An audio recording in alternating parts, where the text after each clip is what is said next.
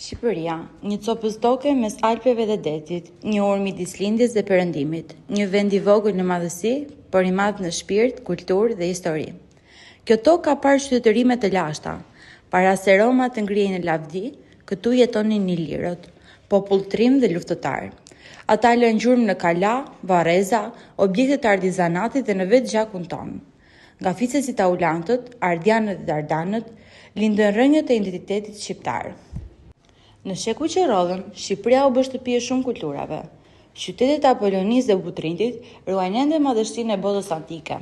Skena teatrosh, tempuj, mozaik që tregojnë se arti dhe mendimi kishin zënë vend që herët në këtë tokë. Por historia jonë nuk është vetëm një e kaluar muzeale.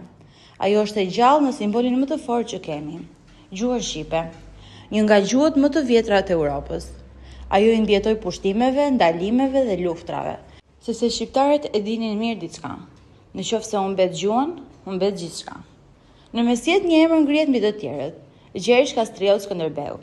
Ai e mbrojti vendin dhe Europën për 25 vite me radhë dhe flamuri i tij me shqiponjën dukrenare u bë shenjë e qendresës sonë dhe valvitet ende edhe sot. Por kultura shqiptare nuk u ndal me luftrat. Ajo vazhdoi të jetonte në mënyrën si shqiptarët punonin, këndonin dhe festonin. Në çdo trev lindi një mënyrë e veçantë jetese, pasqyruar në veshjet popullore, në zakonet dhe ritet, nga plisi i bardhë i veriut te fustanellat e jugut, nga qeleshtet e labërisë tek xhubleta mijëvjeçare.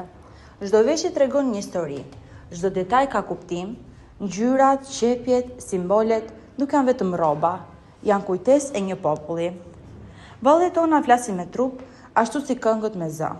Në veri, vallja me armë tregon forcë e nder. Në jug, polifonia bashkon shumë zëra në një melodi të vetme, që UNESCO e ka shpallur si trashëgimi botërore.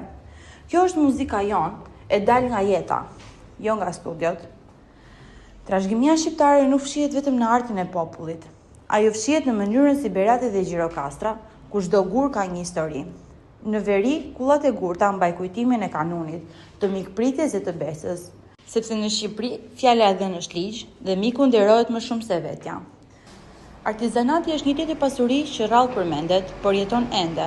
Në duart e grave që endin qilima me motive të lashta, në mjeshtrat që punojnë drurin, argjendin dhe bakrin. Në Kruj, Shkodër, Kors dhe Gjirokastër, çdo punim ruan kujtesën e shekujve. Janë në dorë e njeriut, por shpirti kombit. Në çdo fest, kultura merr ngjyrë tjetër. Nga dasma tradicionale që zgjasin ditë të tëra, deri te pashkët e bajramet që festojnë të gjithë bashkë, pa dallim feje. Në sofrën shqiptare gjendet po aq kulturë sa në çdo libër, buk, krip e zemër të bardhë. Gatimet tona janë trashëgimi, po aq e rëndësishme sa monumentet. Në veri gatuan flia me stresa durimi, në jug byreku, baklavaja, tranaja, petullat të fëmijërisë.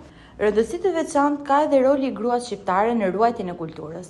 Ajo ka qenë gjithmonë zemra e familjes, ruajtësja e traditave, e gjuhës dhe zakoneve. Në heshtje apo në ball të punës, gratë shqiptare kanë mbajtur gjatë kulturën dhe kur historia u përpoq ashdukte. Në shekullin 19, Rilina kombëtare solli zjarrin e lirisë dhe dëshirën për dije. Poet, mësues dhe luftëtar u ngritën që Shqipëria të kishte shkronja, flamurin dhe pavarësinë. Më 28 nëntor 1912 në Vlorë, flamuri i Skënderbeut u ngrit sërish dhe Shqipëria u bë e lirë. Ne jemi bijtë të një historie mijëvjeçare, ruajtës të një kulture që s'ka nevojë të shpiket, sepse jeton çdo ditë në ne. Ne jemi shqiptar dhe kjo është krenaria jonë më e madhe.